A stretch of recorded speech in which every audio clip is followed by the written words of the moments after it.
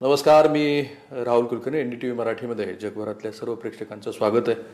आपल्यासोबत श्री रोहित पवार आहेत. ते आमदार व्हायच्या आधीपासनं माझं त्यांच्याबद्दल आकलनच आहे की ते अभ्यासू आहेत. अनेक प्रश्नांचा व्यवस्थित अभ्यास करतात. महाराष्ट्राचं कंटेम्पररी आणि भविष्यातलं राजकारण पण कुठल्या दिशेनं जाऊ शकतं याची त्यांना पूर्ण कल्पना असते. आणि महत्त्वाचं म्हणजे त्यांच्या पक्षामधल्या घडामोडीवरती पण पुढे काय होऊ शकतं याचा त्यांना अंदाज असतो.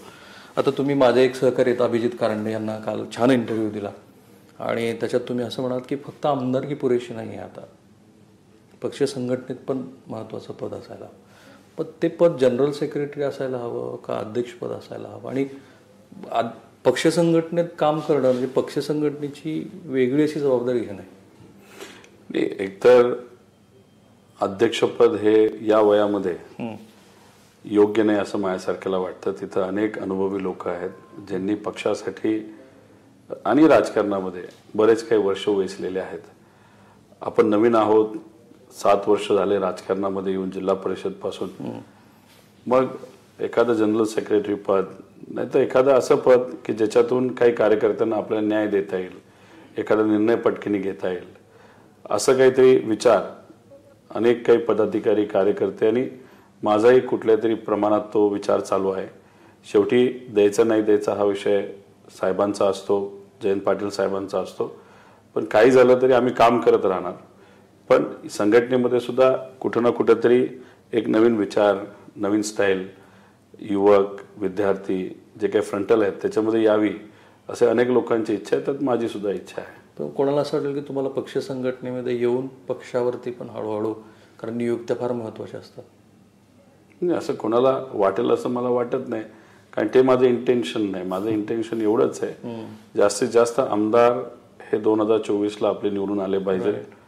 सत्ता ही महाविकास आघाडीची आली पाहिजे आणि सत्ता आल्यानंतर खऱ्या अर्थाने मॅनिफेस्टोमध्ये जे काही आपण लिहिलेलं आहे, बोललेलो आहोत, लोकांना जे काही शब्द आपण दिलेले आहेत आणि याच्या आधी सुद्धा आपण सोशल मीडिया नाहीतर व्यक्तिगत दृष्टिकोनातून ज्या ज्या गोष्टी आपण स्वीकारलेल्या आहेत नाहीतर लोकांच्या बाजूने बोललेल्या आहेत त्या आपल्याला येत्या काळामध्ये कराव्या लागतील. पण त्या दृष्टिकोनातून कोणाला काय वाटतं याच्यापेक्षा आपल्याला काहीतरी चांगलं करता यावं आणि मग पदाच्या माध्यमातून कार्यकर्त्यांना न्याय देत, निष्ठावंत पदाधिकाऱ्यांना न्याय देत आपल्याला काम करायचं, एवढाच हेतू माझ्यासारख्या कार्यकर्त्याचा आहे. पण ते जनरल सेक्रेटरी या पदाच्या मर्यादेत नाही. पद साहेब आणि जयंत पाटील साहेब तिथे ठरवतील, सुप्रियाताई ठरवतील, तसं माझं काही नाही. पण फक्त ऑफिशियल एखादं पद असेल, द्यायचं नाही द्यायचं तो त्यांचा विषय आहे. नाराजगी मी कधीच विचार करत नाही, नाराजगी मला पदाच्या बाबतीत कधीच होत नाही. त्यामुळे माझी नाराजगी कधी कधी झाली तर फक्त संघटनेला कुठं काय नुकसान होत असेल नाहीतर एखाद्या निष्ठावंत कार्यकर्ता पदाधिकाऱ्यांवर जर अन्याय होत असेल तर मग कुठेतरी माझी नाराजगी येते. पदाच्या बाबतीत माझी नाराजगी कुठेही नसणार. पण तुम्ही ही जाहीर वाच्यता का केली मग? ही गोष्ट should be done inside the room. कुठली हीच चर्चा की मला एक जनरल सेक्रेटरी पद हवं आहे?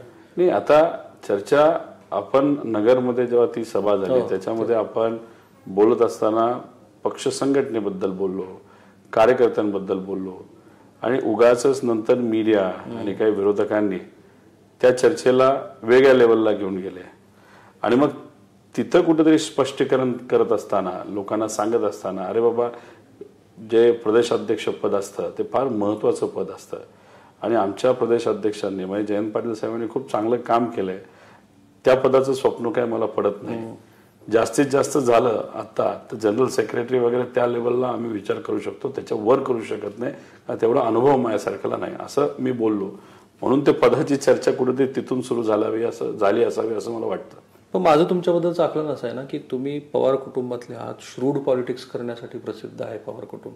पण तेवढंच नाही, तुम्ही कष्टाळू पण आहात.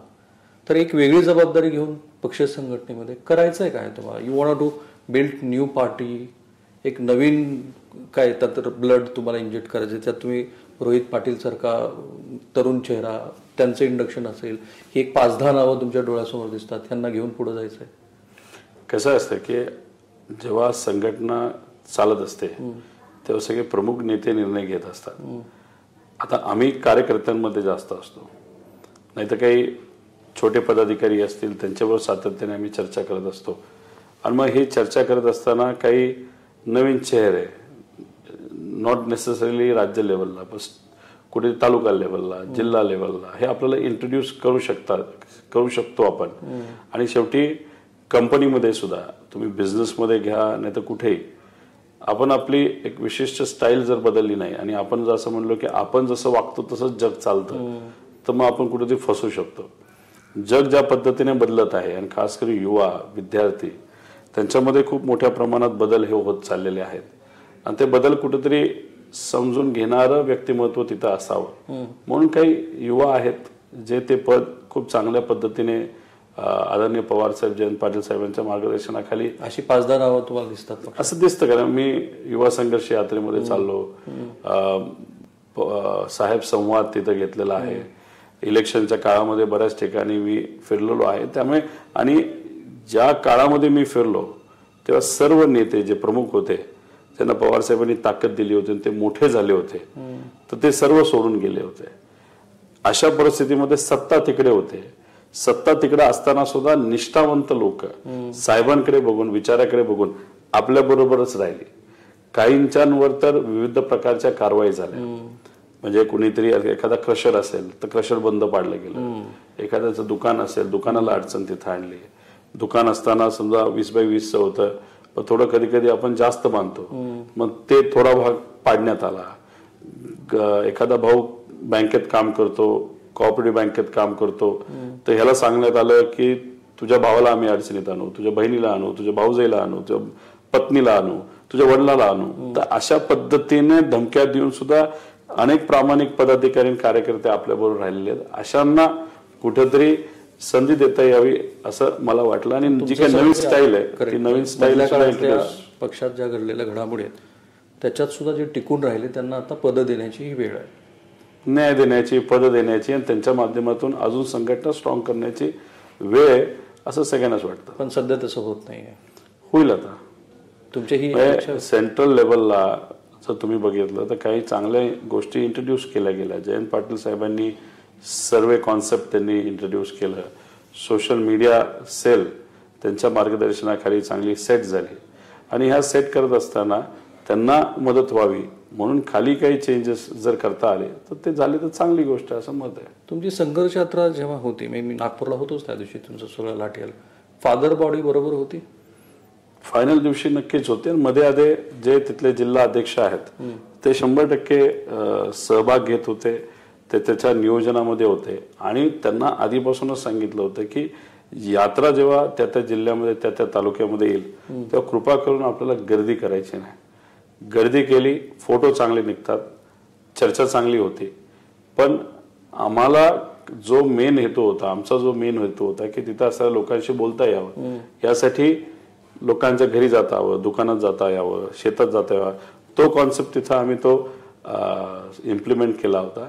आणि मग त्यावेळेस आम्हाला नक्कीच तिथं असणारी जी सिनियर बॉडी आहे जिल्हा अध्यक्षांपासून सगळे त्यांनी नक्कीच मदत केली. तर माझा फीडबॅक थोडा वेगळा होता की 2 रोहित, त्यांचं इलेव्हेशन, त्यात तुमचं जे काही प्रॉस्पेक्ट आहे, तुम्ही ज्या काही वैचारिक भूमिका मांडत होत त्यामुळे कदाचित फादर बॉडीला फार एवढा उत्साह नव्हता. Am I right? नाही, बाहेरून कुणी काय बोलेलं नाही ते आपण स्वीकारायचं तसं आणि आमची कॉम्पिटिशन कशी असेल. आता आम्ही राजकारणात आलेलो आहे, आत्ताशी कुठेतरी आमदार झालेलो आहे, आत्ताशी थोडे लोक तिथं ओळखतात आणि त्या लेवलला पोचायला खूप काही म्हणजे थोडा वेळ जावा लागतो. ही मॅच्युरिटी फार लवकर आली तुमच्या. आता मच्युअर लोक आसपास असतील तर त्यांच्याकडनं बघितल्यानंतर नक्कीच काही गोष्टी कळतात. You are so mature. म्हणजे वयाच्या आणि अनुभवाच्या तुलनेमध्ये पवारातले सगळे गुण तुमच्यामध्ये आलेले. तर सांगली जिल्ह्याचं राजकारण बघता? सांगलीमध्ये मला या इलेक्शनच्या काळामध्ये खूप काही जाता आलं असं नाही. त्यामुळे जे काही टीव्हीवर दाखवलं जातं तेच आम्ही तिथं बघतो आणि जे टीव्हीवर दाखवलं जातं ते खरंच असतं असं पण नाही. आणि रोहित पाटलांचं, आराराबाच्या चिरंजीवाचं तुम्ही प्रॉस्पेक्ट काय बघता? नाही, होतकरू आहे, वडिलांसारखा स्वभाव त्यांचा आहे, लोकात जाऊन शांततेत विषय समजून घेऊन लोकांच्या अडचणी आपल्याला कशा सोडवता येईल विचार करणारा एक कार्यकर्ता आहे. त्यामुळे नक्कीच त्याचे प्रॉस्पेक्ट चांगले आहे. जसे आराराबा पण मोठे झाले पदाच्या माध्यमातून आणि अनुभवाच्या माध्यमातून, तसे रोहित आबा सुद्धा नक्कीच पुढे खूप चांगलं सामाजिक आणि राजकीय कार्य करतील असं मला वाटतं. पण आराराबांना सुद्धा पक्षांतर्गत सांगली जिल्ह्यातल्या राजकारणात बराच संघर्ष करावा लागला. ती आता वाट रोहितची पण आवड आहे असं म्हणतात. बघा Especially तुमच्या सांगली लेवलला काय होतंय मला माहित नाही, पण जेव्हा ते मंत्री होते तेव्हा जयंत पाटील साहेब मंत्री होते, अजितदादा मंत्री होते, मुश्रीफ साहेब होते, भुजबळ साहेब होते, आणि ते एकत्रित काम करताना आम्ही बघितलेलं आहे. आता लोक म्हणतात सांगलीमध्ये संघर्ष होता, पण या बाजूला तर ते एकत्र काम करत होते पवार साहेबांच्या मार्गदर्शनाखाली. त्यामुळे संघर्षाची डेफिनेशन काय हे कुठेतरी आपल्याला नक्कीच बघावं लागेल. पण रोहितचं आता जे काही इलेव्हेशन होईल त्याच्यात असा काही अडथळा नाही, कारण तुम्ही त्यांच्या बरोबर आहात. नाही, मला वाटत नाही. जयंत पाटील साहेबांचं मन मोठं आहे. तुम्ही जर सांगलीवरनं फक्त जयंत पाटील साहेबांबद्दलच मी अजून नावच घेतलं नाही, पण सांगलीमध्ये आमचे नेते कोण आहेत? तर एकच आहेत जे राज्याचे नेते आहेत, जयंत पाटील साहेब आहेत. आता रोहित तिथं आहे.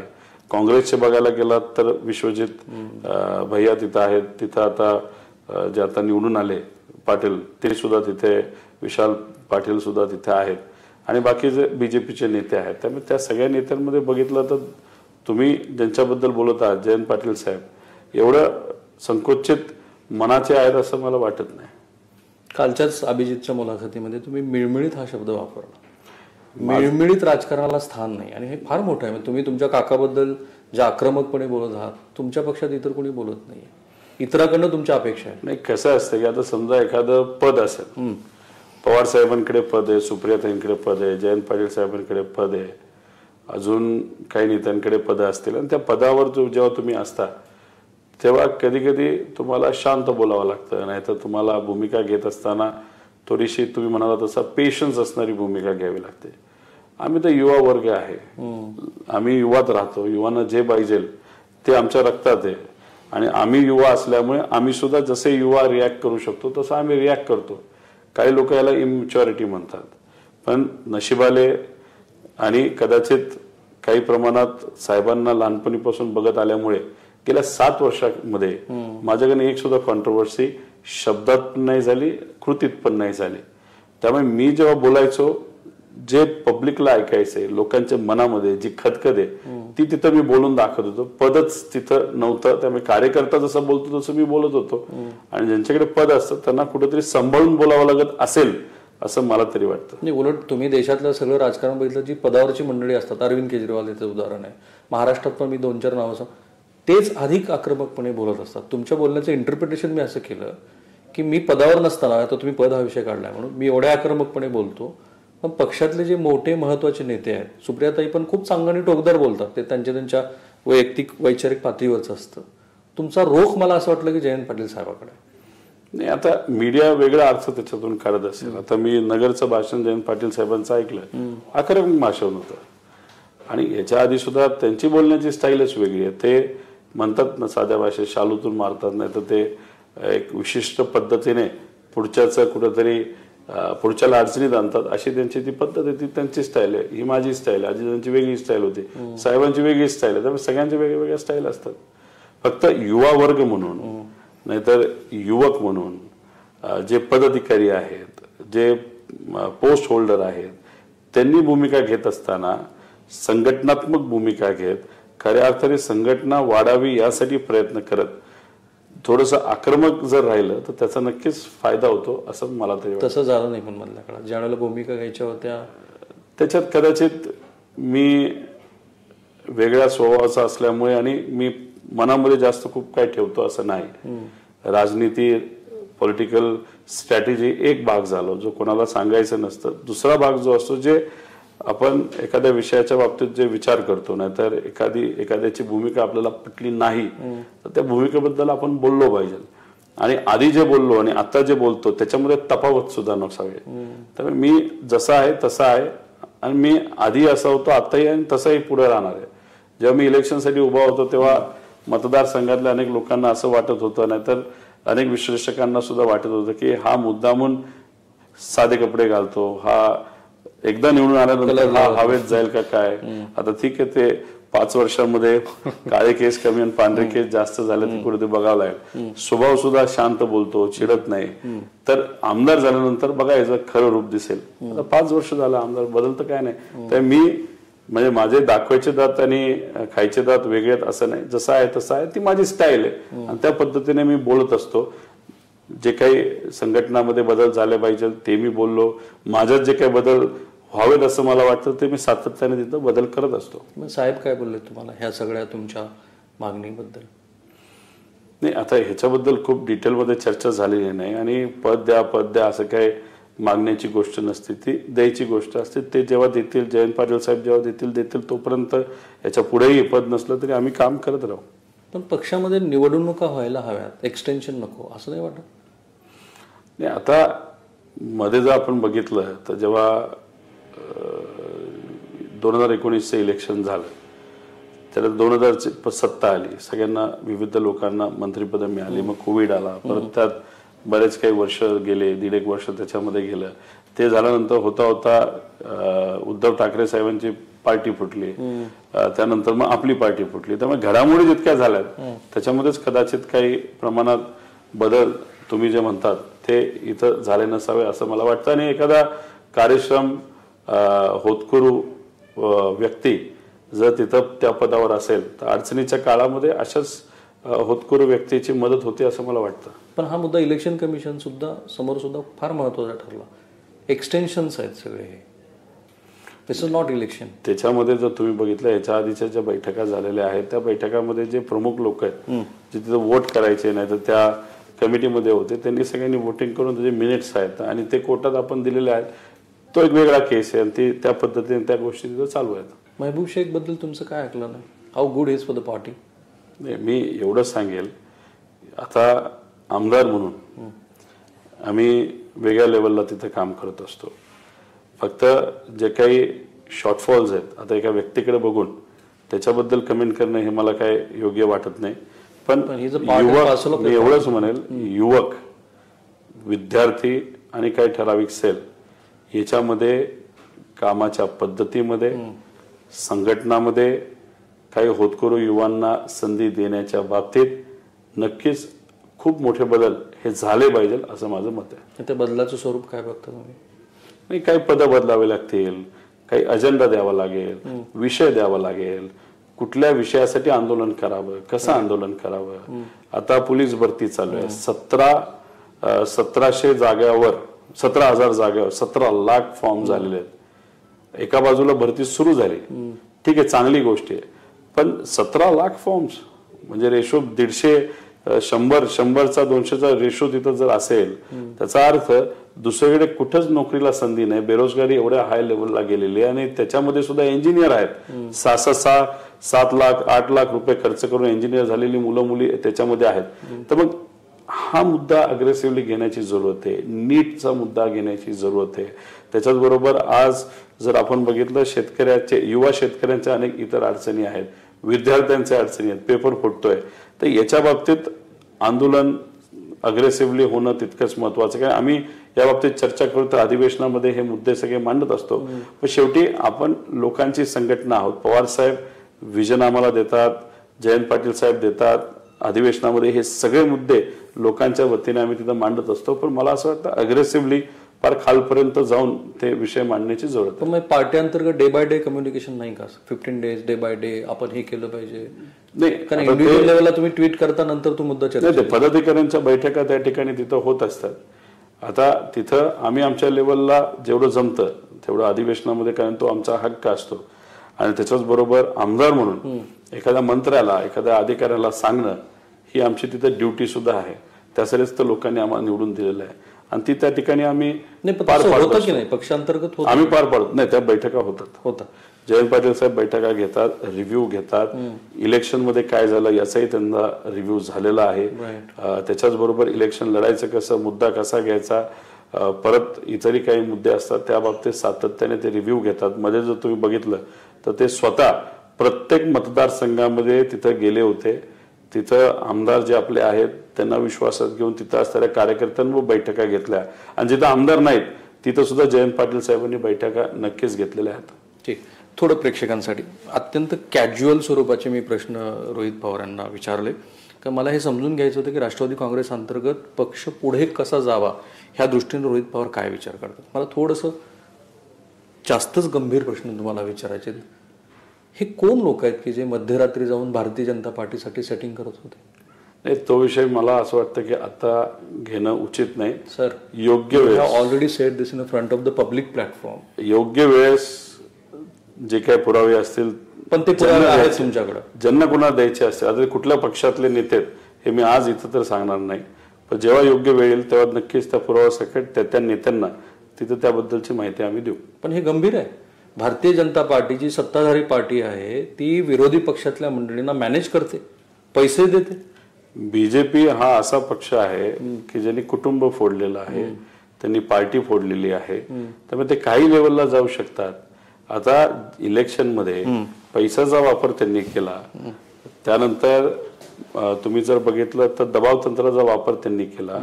जे मर्डर केलेले गुंड आहेत, नाहीतर इतरही ज्यांच्यावर इतर मोठे मोठे कलम असणारे गुंड आहेत, त्यांना जेलमधून सोडण्यात आलं, त्यांना प्रचारात वापरलं गेलं, धमक्या द्यायला वापरलं गेलं. तर ह्या सगळ्या गोष्टी बीजेपीने केलेल्या आहेत. म्हणून तर आम्ही म्हणतो बीजेपीची जी वृत्ती आहे ती अतिशय खालच्या लेवलची. त्याला महाराष्ट्राने उत्तर दिलंय. फक्त तुमचा जो मुद्दा आहे, आमचं हेच मत तो मुद्दा फार महत्वाचा आहे की अपोजिशन मध्ये असलेल्या राष्ट्रवादी काँग्रेसच्या शरदचंद्र पवार गटातल्या मंडळींना मॅनेज करण्यासाठी अशा पद्धतीने कुठल्या पार्टीच्या बद्दल मी बोलतोय हे अजून स्पष्टपणे मी. पण तुम्ही हे डिनाय पण नाही केलेलं ना.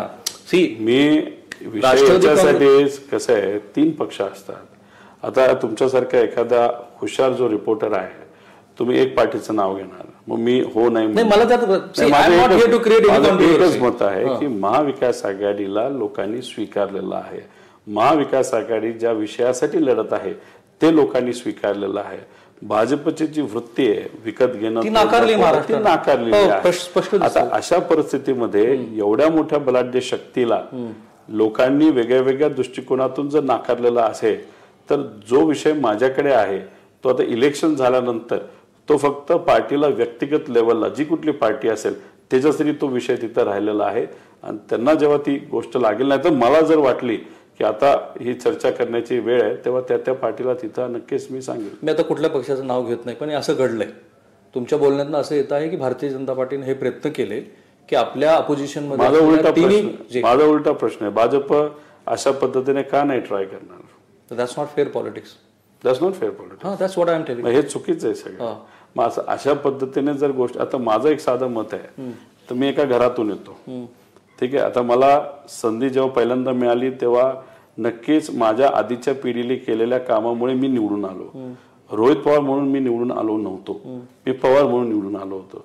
मग आमदारकीला काही प्रमाणात रोहित पवारनी जिल्हा परिषदला जे काम केलं त्याच्यामध्ये रोहितची ओळख लोकांना तिथं झाली.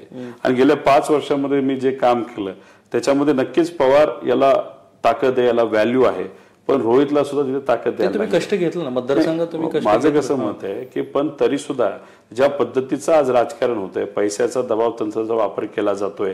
आता लोकांनी नाकारलं ती चांगली गोष्ट आहे, जर नाकारलं नसतं तर मग उद्या जाऊन सामान्य कुटुंबातले लोक कधीही आमदार खासदार. हाच एक प्रयत्न होता आपल्या अपोजिशन मधल्या लोकांना भ्रष्ट करण्याचा की आणखी काही टॅक्टिक्स वापरली गेली? ते कुठलेही, आता तुम्हालाही माहिती आहे ईडी, प्रेशर, इतरही जे काही विषय आहेत ते बीजेपीला खूप मोठ्या प्रमाणात वापरले गेले. त्याच्याच बरोबर मी जसं तुम्हाला सांगितलं की याच्यात पण काही नेते आणि काही ठराविक लोकल लेवलचे जे पदाधिकारी असतील, कुठल्या पक्षाचे असतील, त्यांना सुद्धा तिथं असणाऱ्या लोकली बीजेपीच्या आणि मित्रपक्षाच्या नेत्यांनी आर्थिक मदत नाही तर इतर गोष्टीच्या माध्यमातून मॅनेज केला असावं. मग हे मध्यरात्री त्यांना भेटायला जाणं भाग पडलं की हे विलफुली जाऊन भेटत होते नेते? नाही, आता त्या नेत्याच्या मनामध्ये, त्या नेत्यांच्या मनामध्ये काय होतं हे आज तरी आपल्याला सांगता येणार नाही. आता सत्ता असताना सुद्धा हे जे सर्व प्रमुख नेते आहेत ते पवार साहेबांबरोबर, नाही तर उद्धव ठाकरे साहेबांचे नेते त्यांच्याबरोबर आणि काँग्रेसचे तर काँग्रेस बरोबर राहिले, म्हणजे ती निष्ठा आहे. पण काही लोकांना कदाचित असं वाटत असेल नाही वातावरण केंद्रामध्ये लोकसभेचं मोदी साहेबांचंच दिसतंय, तर आता कदाचित आपण जर कोणाला मदत केली, त्यांना मदत केली नाही तर त्यांनी मागितलेल्या गोष्टी आपण जर देऊ शकलो तर मग बीजेपीचं सरकार आल्यानंतर उद्या जाऊन आपल्याला काही ऍडजस्टमेंट करता येईल अशी भूमिका काही ठराविक लोकांची असावी म्हणून ते झालं असावं असं वाटतं. आणि तुम्ही उगीच बोलत नाही, त्याचे पुरावे आहेत. योग्य वेळ आली की तुम्ही योग्य त्या ठिकाणी ते देणार आहात. त्याची जेव्हा खरं उपयुक्त असेल तेव्हा नक्कीच ते त्या नेत्यांना देऊ. राईट. तुमची रावेरची जागा कशी पडली? साताऱ्याची जागा कशी पडली? आता साताऱ्याची जी जागा आहे, आता कुठेतरी आपण कॉन्फिडन्स मध्ये जेव्हा जातो आपल्याला असं वाटतं की नाही आता सगळंच चांगलं आहे, तर मग आपण आपली जी संघटना असते त्या संघटनेच्या माध्यमातून लोकांपर्यंत पोहोचायला कुठेतरी कमी पडतो. आता याच्यामध्ये तिथं 52,000 का 48,000 जे मतदान आहे ते तिथं पिपाणीला झालंय. आता ह्याच्यामध्ये तिथं ती स्ट्रॅटेजी त्यांनी खेळली, कुणी तर विरोधकांनी, की 9 नंबर पिपाणी 9 नंबर पिपाणी. आता तिथं जर 20,000 मतं आपल्या उमेदवाराला मिळाली असतं तर आपला उमेदवार निवडून येणार होता. आता जेव्हा आपल्या पक्षाचं चिन्ह लोकांपर्यंत जात नाही तोपर्यंत लोकांना कळत नाही की आपण कुठलं बटन तिथं दाबायचंय. जर तिथं पिपाणीला मतदान झालं, ती व्यक्ती तर कोणाला ओळखीचे नव्हते, मग आपलं चिन्ह पोचलं नाही. आता चिन्ह पोचवायचे काय काय मेकॅनिझम असतात, टीव्ही, सोशल मीडिया सगळं, आणि आपले कार्यकर्ते. मग जर पिपाणी तिथं जास्त चालली असेल, नगरमध्ये चालली असेल, दिंडोरीमध्ये आपला उमेदवार येऊन सुद्धा चालली असेल, जर तिथं आपली रावेरमध्ये तिकडे जर चालली असेल, तर मग कुठेतरी आपली संघटना कमी पडली. हे तर आपल्याला स्वीकारावं लागेल. का आपण सगळंच चांगलं म्हणजे सगळंच चांगलं, कुठे कमी पडलो असं तर का कमी पडलो, आता त्या बाबतीतला बैठक आहे. पण संघटना कुठल्या पातळीवर कमी पडली असं मला वाटतं? फक्त चिन्ह पोहोचण्यात कमी पडली, चिन्ह कमी, चिन्ह आपल्या कार्यकर्त्यांनी मनापासून काम तसं नसतं. आपण जेव्हा एखाद्या मतदारसंघाला कॉन्फिडेंटली घेतो, आता आपला तिथं जो पलीकडचा भाग होता ज्याच्यामध्ये तिथं आपल्या सभा सुद्धा झाल्या नाहीत, मग आपण काही प्रमाणात मतदारांना गृहीत धरलं असं आपल्याला म्हणावं लागेल. सभा एखादी झाली असती तर तिथं अजून आपले विचार लोकांपर्यंत पोहोचले असते आणि त्याचा फायदा आपल्या उमेदवाराला झाला असता. तो तुमच्या मते ह्या विजयाचा कुणीही किंग मेकर नाहीये, किंग मेकर किंवा सेनापती नाहीये. किंग मेकर जर कुणी असेल तर सामान्य जनता आहे. एवढ्या मोठ्या बलाढ्य शक्तीच्या विरोधात त्यांच्यावर सुद्धा प्रेशर होतं, पैसा वापरला गेला होता, अजून काही इतर गोष्टी असतील, त्यांना नक्कीच आपण म्हणू शकतो की त्यांच्यामुळे हा विजय आला. सामान्य कार्यकर्ते त्यांना इतका दबाव की बूथवर उभं नका राहू, तुला बघतो करतो, तरी सामान्य कार्यकर्ते आपल्याबरोबर राहिले. आणि जे निष्ठावंत पदाधिकारी जे इकडे तिकडे कुणी हल्ले नाही, पदाधिकाऱ्यांमध्ये वर लेवलचे पदाधिकारी येतात आणि साहेब, ह्या सगळ्यांना त्याचं क्रेडिट तिथं जातं. पण मग काही जयंत पाटील साहेबांच्या कार्यकर्त्यांनी हे सेनापती आहेत अशा पद्धतीचं होर्डिंग लावणं, डू यू ॲग्री विथ दिस? हे बघा, आता तिथं मी जे स्टेटमेंट केलं, कुणीही एका व्यक्तीला क्रेडिट जाऊ नये असं मी तिथं बोललो होतो. आता जयंत पाटील साहेबांचे कार्यकर्ते काय करतात, रोहित पवार यांचे कार्यकर्ते काय करतात, साहेबांचे कार्यकर्ते काय करतात, त्या नेत्याचा त्याच्यावर कंट्रोल नसतो. कधी कधी पोस्टर लावून जातं आणि नंतर कळतं टीव्हीच्या माध्यमातून, अरे आपलं असं काही ते पोस्टर लागले. त्यामुळे एखाद्या कार्यकर्त्याला केलेल्या चुकीला आपण आपल्या नेत्याला, तुम्हाला आवडलं नव्हतं अशा पद्धतीने? तसं नव्हतं. तो मी त्या पोस्टर बद्दल बोललोच नव्हतो. मी भाषणामध्ये एवढंच सांगत होतो की रोहित पवार सुद्धा उद्या म्हणेल की माझ्यामुळे ही निवडणूक आली. मी म्हणत होतो की आपला जो विजय आपल्या डोक्यात जाऊन देऊ नका, क्रेडिट हे सामान्य लोक, कार्यकर्ते आणि पवार साहेब यांनाच तिथं क्रेडिट जातं. आणि अशा पद्धतीने ते स्टेटमेंट केलं लोकांनी. आता ते पोस्टर मी सुद्धा बघितलं नव्हतं, डायरेक्ट ते स्टेटमेंट पोस्टरला, पण पोस्टर सुद्धा काय पाटील साहेबांनी स्वतः तिथं सांगितलं, नेत्यांनी सांगितलं नव्हतं, कार्यकर्त्यांनी लावलं होतं. त्यामुळे सगळं तिथं रिलेट केलं गेलं आणि मग ते स्टेटमेंट आउट ऑफ प्रपोर्शन कुठेतरी हाईप झालं असं मला वाटतं. पण त्याच्यात मी जे बोललो, ज्याचा क्रेडिट सामान्य लोक, सामान्य कार्यकर्ते, निष्ठावंत पदाधिकारी, साहेब आणि हे जे उद्धव ठाकरे साहेब आणि काँग्रेसचे नेते, हे नक्कीच स्टेटमेंट तेव्हा पण मी स्टेकअप आहे आणि आता सुद्धा स्टेकअप आहे. पण तुमची ट्विट जेव्हा आपण बघतो तेव्हा त्यातनं एक दिशा स्पष्ट असते, आजच्या दिवसभरात काय करायचंय किंवा आपली जी काही वैचारिक भूमिका आहे त्याला अनुलक्षून ते असतं.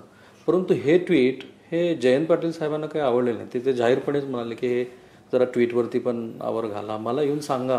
मला वाटत नाही ते माझ्या ट्विट बद्दल बोलत होते, कदाचित ते एका पदाधिकाऱ्याच्या ट्विट बद्दल होते, कारण माझी ट्विट तशी फार वेगळी ट्विट होती. मी रात्रीच्या अंधाराची ट्विट तिथं केली होती. त्यांना तिथं लागू होत नसावी. त्यांनी ज्याचा रेफरन्स घेतला, जे खऱ्या अर्थाने त्यांचं म्हणणं असावं, कदाचित एका पदाधिकाऱ्याला काही नेत्यांना देश पातळीवरची जबाबदारी द्यावी असं काहीतरी एक ट्विट होतं, त्याच्याबद्दल ते बोलले असावेत असं मला तरी वाटतं. आणि त्यांनी जाहीर पण सांगून टाकलं की आता बस नोव्हेंबरपर्यंत तरी थांबा, मीच प्रदेशाध्यक्ष आहे. नाही, पण आता जेव्हा केव्हा इलेक्शन येतं आणि स्वतः सुद्धा ते अतिशय अनुभवी नेते आहेत, त्यानंतर सरकार हे आपल्या विचाराचं तिथे येणारच आहे. आणि सरकार जेव्हा आपल्या विचाराचं येईल तेव्हा एखाद्या होतकरू व्यक्तीला, जे अनुभवी आहेत, वयाली पण सिनियर आहेत, अशा व्यक्तीला द्यायचं नाही द्यायचं हे जयंत पाटील साहेब स्वतः आणि पवार साहेब स्वतः तिथं त्या ठिकाणी ठरवणार आहेत. मी थोडा कॉन्ट्रोवर्सी क्रिएट करण्याच्या अर्थाने हा प्रश्न विचारतोय असं म्हणून नव्हे. जयंत पाटील साहेब ज्या पद्धतीनं पक्ष चालवतात, ते सिनियर आहेत, तेवढ्या वर्ष त्यांचा अनुभव आहे, त्यांचं वय, त्यांचा अनुभव हाच कदाचित एक डिफरन्सचा भाग असू शकतो. आहे प्रत्येक त्यांची गोष्ट तुम्हाला मान्य होत नाही, मग तिथे एक ओपिनियन द्यायचं असतं, त्याच्यासाठीचा एक प्लॅटफॉर्म नाही आहे, असं काही आहे? हे बघा, प्रत्येक माझी जी गोष्ट आहे ती मलाच आवडते असं नाही, तुम्हाला आवडेल असं नाही, जयंत पाटील साहेबांना आवडेल असं नाही. त्याच्यामध्ये मी चुकत असेल तर नक्कीच ते बदल मी करत असतो. पण सगळेच जे नेते असतात, नाही तर व्यक्ती असतो, तर त्यांच्यामध्ये काही ना काही फ्लॉज असतातच. आता ह्याच्यामध्ये जेव्हा सगळ्या विविध कॅपॅसिटीचे लोक एकत्रित येतात, समजा एखादा सोशल मीडिया अंडरस्टँड करणारा नेता चांगला असेल, एखादा पब्लिक पल्स काय समजणारा नेता चांगला असेल, एखादा मनी मॅनेजमेंट नाही तर रिसोर्स मॅनेजमेंटमध्ये चांगला असेल, एखादा रिलेशनशिप मॅनेजमेंटमध्ये असेल, एखादा रिजनल रिलेशनशिप, एखादा देश पातळीवरचं रिलेशनशिप, अशा पद्धतीने जेव्हा सगळे अशी लोक एकत्रित येतात तेव्हा पार्टीला कुठेतरी एक वेगळी दिशा तिथे मिळत असते आणि त्याच्यामुळे पार्टी ही पुढे जात असते. समजा एखादा व्यक्ती एका विशिष्ट स्टाईलमध्येच काम करत असेल जे आमच्या पार्टीत होत नाही, तर मग पार्टी ग्रो व्हायला कुठेतरी थांबते असं वाटतं. पण ह्या तुमच्या सगळ्या गोष्टीची पक्षांतर्गत घराच्या आतमध्ये पुन्हा चर्चा झाली? आधी होत असते, बाहेरही होत असते. फक्त माझा स्वभाव थोडासा, मी बोलून जातो पब्लिकमध्ये सुद्धा आणि घरात सुद्धा, कारण माझ्या मनामध्ये काय चुकीचं नाहीये. मी जे काय बोलतोय ते साहेबांसाठी बोलतो आणि पार्टीसाठी बोलतो, हा माझा स्वभाव आहे. त्यामुळे त्याच्यामध्ये कुठेही पार्टीला नुकसान होईल अशी माझी भूमिका नव्हती, नाही आणि नसणार आहे. पण काय वाटलं तर मी बोलून जातो, त्यात वाईट काय, चुकत असेल तर सांगा. माझे शेवटचे 2 प्रश्न आहेत. तुम्ही राष्ट्रवादी काँग्रेसचं जे स्ट्रक्चर बघता भविष्यातलं, ते कसं आहे? पवार साहेबांच्या मार्गदर्शनाखाली आणि आमचे जे कोणी सर्व महत्त्वपूर्ण नेते आहेत त्यांच्या मार्गदर्शनाखाली बरेचसे बदल आपल्याला तिथं करावे लागणार आहेत. त्याच्यामध्ये ते लवकर करावे लागतील. ते इंटरनल विषय आहेत. नाही, कसं आहे, सगळेच बदल अचानकपणे करता येत नसतात. आता एखादं घर जेव्हा तुम्ही बांधता, तुम्ही रिनोव्हेशनला घर काय सगळ्याच खोल्या पाडायला लागत नाही, मग राहायचं कुठं हाही विषय असतो. त्यामुळे तुम्ही रिनोव्हेशन करत असताना तर पार्टीमध्ये बदल करत असताना जे काही अनुभवी लोक आहेत त्यांनाही विश्वासात घेऊन काय करता येईल, कसं करता येईल हे त्यांना विचारतच करावं लागतं, कारण शेवटी ते प्रमुख आहेत. आम्ही एखादं छोटं पद असेल नाही तर आत्ता सुद्धा आम्ही फक्त सजेस्ट करू शकतो. सांगलीतल्या पत्रकारांचं असं म्हणणं आहे की शेवटच्या टप्प्यामध्ये राष्ट्रवादी काँग्रेसच्या मतदारांनी, कार्यकर्त्यांनी भारतीय जनता पार्टीला मदत करा अशा पद्धतीचे मेसेज गेले. Is it true? कसं असणार ट्रू? असं कसं कुठला एखादा राष्ट्रवादीचा पदाधिकारी सांगू? असा काही फीडबॅक नाही आहे? नाही, असं सांगणारच नाही असं माझा विश्वास आहे. अजितदादा कुठे जातील आणि अजितदादांचं राजकारण कुठल्या दिशेला जाईल? सुरुवातीपासून आम्ही सांगतोय की अजितदादांची जी ताकद आहे ती कुठं ना कुठं तरी कमी केली जाईल आणि तेच होताना या ठिकाणी आपल्या सगळ्यांना दिसतंय. आणि भाजप हे यूज अँड थ्रो करणारा पक्ष आहे. आता मध्य प्रदेशमध्ये सुद्धा जे सिंधिया आहेत त्यांना पूर्वी चांगलं पद मिळालं, आता त्यांना काहीतरी साईड पोस्टिंगचं पद तिथं मिळालेलं आहे. पुढच्या वेळेस त्यांना तिकीट सुद्धा मिळणार नाही. म्हणजे ही वृत्ती बीजेपीची तशी जग जाहीर आहे. अशात अजितदादा आणि सर्व नेते पलीकडे जाऊन बसलेले आहेत. त्यांच्या अडचणी फसले असतील ना तर बसले असतील, सुरू बसले, आता फसल्यासारखंच वाटतंय. आम्ही सुरुवातीपासून हेच बोलतोय की भाजप त्यांचा वापर करणार, त्यांना साईडला करणार. आता तुम्ही RSS ही जी संघटना आहे त्यांच्या पुस्तकाच्या माध्यमातून ऑर्गनायझर म्हणजे तुम्हीच केली आणि त्याच्यात काय सांगितलंय की हे जे काय आता घेताना तुम्हाला काय वाटलं नाही, आता तुम्हाला रिझल्ट नाही मिळाला की लगेच तुम्ही लिहिता की कशाला घेतलं आणि कशाला काय. तर आता नंतर कुणी काय बोलू शकतंय. पण आम्ही आधीपासून हेच बोलत होतो की कुठं ना कुठंतरी खापर त्यांच्या डोक्यावर फोडलं जाणार आणि हळूहळू त्यांना त्यांची ताकद कमी करत इधर विधानसभेला 15-20 सीट देतील, नाहीतर कदाचित त्यांचं जे काही चिन्ह आहे आता ते कोर्टातच आहे. कोर्टात आम्ही भांडतोय आणि आमच्याकडे चांगली केस आहे, ते तर घोटणारच आहे. चिन्ह ते पलीकडचं असेल, आमचे नेते घेतील निर्णय त्या बाबतीत. आणि तसं झाल्यानंतर त्यांना पर्याय नसणार भाजपच्या चिन्हावर. आणि भाजपच्या चिन्हावर जेव्हा लढायची संधी येईल ना ते वेळ येईल, भाजप निवडून त्यांचे आमदार तिथं घेणार, कारण तिथं त्यांचे सुद्धा प्रोबेबल कॅन्डिडेट. अजितदादांना सुद्धा कमळाच्या चिन्हावर लढावं लागेल. काय होऊ शकतं? पण अजितदादा इमोशनल आहेत, ते म्हणाले माझी चूक झाली. झालेलं आहे असं पूर्वी? मला माहित नाही. हां, त्यांनी शपथविधी घेतला, ते परत आले, पुन्हा त्यांना उपमुख्यमंत्री केलं. ते मोठ्या नेत्यांचा विषय, कार्यकर्त्यांचा विषय कसा येतो? मी तर कार्यकर्ता आहे. Right. रोहित पवार यांना महाराष्ट्र राज्याचं मुख्यमंत्री व्हायचंय असं कोण म्हणलं? नाही, अशी कुठल्याही राजकीय नेत्यांची असते मनीषा. मग तसं असलं असतं तर मी जिल्हा परिषद मध्ये सभापती झालो. मी चांगल्या अर्थाने विचारतोय की सांगतो ना, कुठल्याही राजकीय नेत्याला ती मनीषा असणं काय गैर आहे त्याच्यात? एकच सांगतो तुम्हाला, जिल्हा परिषदचा मी जेव्हा सदस्य झालो तेव्हा कोणामुळे निवडून आलो? पवार साहेबांच्या कामामुळे. अजितदादा, सुप्रियाताई. स्वतः तसं काही कर्तृत्व नव्हतं. आमदार झालो, एकटाच झालो. दुसऱ्या कुठल्या आमदाराला त्या ठिकाणी मी निवडून आणलं नाही, नाही तर त्याचा प्रयत्न सुद्धा केला नाही.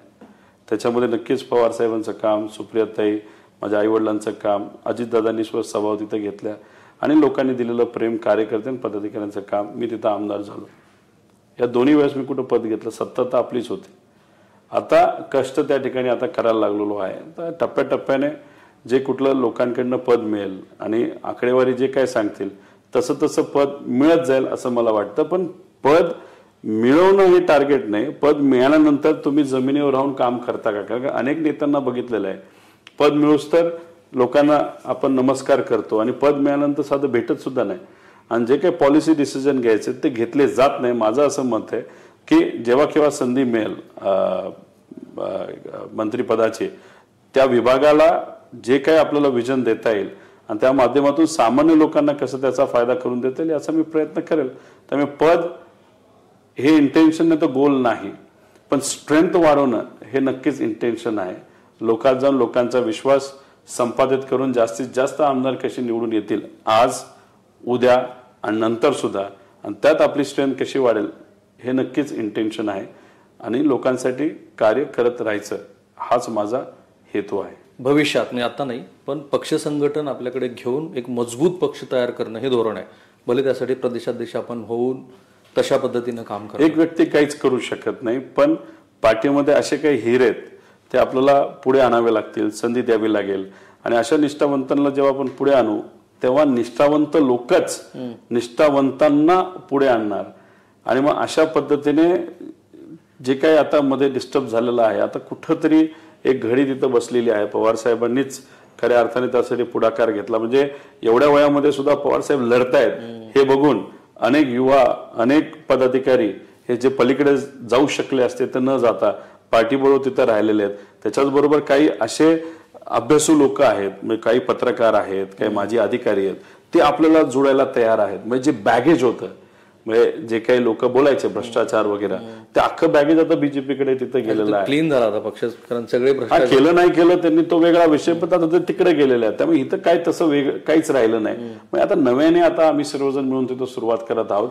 आणि मग ही सुरुवात करत असताना पवार साहेब बरोबर असल्यामुळे विचार आपल्या बरोबर आहे, ही शाश्वती कुठेतरी नवीन लोकांना सुद्धा मिळते. त्यामुळे असे काही नवीन लोक जे आपल्याला जोडायला बघतात त्यांना सुद्धा आपण जर संधी घेतली, कारण ही लोक सगळे लोक स्मार्ट असतात, हुशार असतात, आपल्यापेक्षा हुशार असतात. आपण जर समजत राहिलो अरे ह्याला घेतला ना हा जरा पुढे गेला तर मग त्यात राजकारण येतं. तसं न करता आपण आपल्यात खूप क्षमता आहे या विचाराने आपण काम करत राहिलो आणि आपल्यापेक्षा चांगल्या विचाराची माणसं जर आपण एकत्र आणलं तरच पुढे जाऊ. मी कंपनीमध्ये तशाच पद्धतीने काम करतो.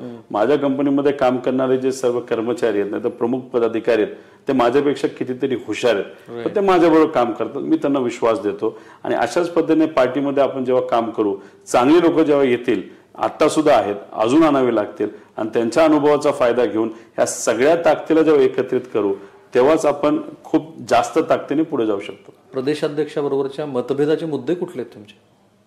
नाही, मतभेद आमच्यात नाहीच. मतभेद नाही म्हटलं मी, मतभेदच म्हटलं. मतभेदच म्हणतोय, आमच्यात मतभेद नाहीयेत. पण आम्ही जेव्हा चर्चा करतो ती ओपनली चर्चा करतो. जेव्हा केव्हा आम्ही काही गोष्टी त्यांना नवीन सांगतो ते तिथं स्वीकारतात. त्यामुळे जयंत पाटील साहेबांचं माझं कुठेही काही वाजलेलं नाही, काहीच अडचण नाही. माझा जो स्वभाव आहे तो स्वभाव आहे, मी बोलतो जास्त, त्यामुळे कदाचित काही प्रमाणात कन्फ्युजन हे झालं असावं. आणि ते ट्विट जे ते बोलले होते ते माझं नाही, दुसऱ्याच कोणाचं ट्विट होतं. असं सगळं कन्फ्युजन होऊन कुठेतरी हे वातावरण त्या ठिकाणी निर्माण झालेलं आहे. पण या वातावरणामध्ये मी एकच सांगतो, काही ठराविक सेल आहेत त्याच्यामध्ये जयंत पाटील साहेब आणि पवार साहेब आणि सुप्रियाताईंच्या मार्गदर्शनाखाली काही बदल हे होतील असं आम्हा सगळ्यांना वाटतं. आणि ते करायला पाहिजे. बदल ही कॉन्स्टंट गोष्ट प्रक्रिया आहे. आहे. बदल हे होत राहतात, करावे लागतात आणि त्या पद्धतीने ते पार्टीमध्ये सुद्धा केले जातील असं वाटतं. Thank you sir, thank you so much. तुमची वैचारिक भूमिका, तुम्ही अजितदादांच्या बद्दल घेतलेल्या भूमिका, भारतीय जनता पार्टीबद्दलचा तुमचा स्टँड, हा सगळा महाराष्ट्राने बघितलेला आहे. त्यामुळे मी ते प्रश्न टाळले. मला एवढंच बघायचं होतं की ज्या महाविकास आघाडीला मला प्रॉस्पेक्ट दिसते की ही आघाडी एकत्रित लढली तर महाराष्ट्रामध्ये भारतीय जनता पार्टीला ते जसा विचार करतायत तसं अजिबात यश मिळणार नाही, कितीही त्यांनी अरिथमेटिक मांडलं तरी. कारण आत्ता महाराष्ट्राचं राजकारण हे वेगळ्या पातळीवरती. अशा वेळेला ज्या पक्षामध्ये पूर्वी एक फूट पडली होती त्या पक्षातले तुमच्यासारखे नेते कुठल्या अर्थाने काय विचार करतायत हे नेमकं महाराष्ट्रासमोर मला मांडायचं होतं. सो त्यातला लसावी एवढाच आहे की तुम्हाला असं वाटतं की पक्ष संघटनेमध्ये आपण एक जनरल सेक्रेटरी सारखं पद घेऊन काम करावं, पक्ष संघटन अधिक बळकट करावं, आणखी नवीन तरुणांना संधी द्यावी. हे करत असताना भारतीय जनता पार्टीनं मधल्या काळामध्ये जे राजकारण केलं त्याचे काही पुरावे तुमच्याकडे आहे. तुम्ही कुठल्याही पक्षाचं नाव घेतलेलं नाही. मी माझं इंटरप्रिटेशन तिथं केलेलं आहे. योग्य वेळ आल्यानंतर तुम्ही ते पुरावे सुद्धा मांडणार आहात. तुमच्या प्रदेशाध्यक्षाबद्दल तुमचं मनभेद नाही आहेत, मतभेदाचे काही मुद्दे आहेत ते सुद्धा तुम्हाला असं वाटतं की पक्षांतर्गत आपण चर्चेतनं सोडवू शकतो. बरोबर ना sir? Thank you so much. Not point two point but yes. Thank you sir, thank you. Thank you.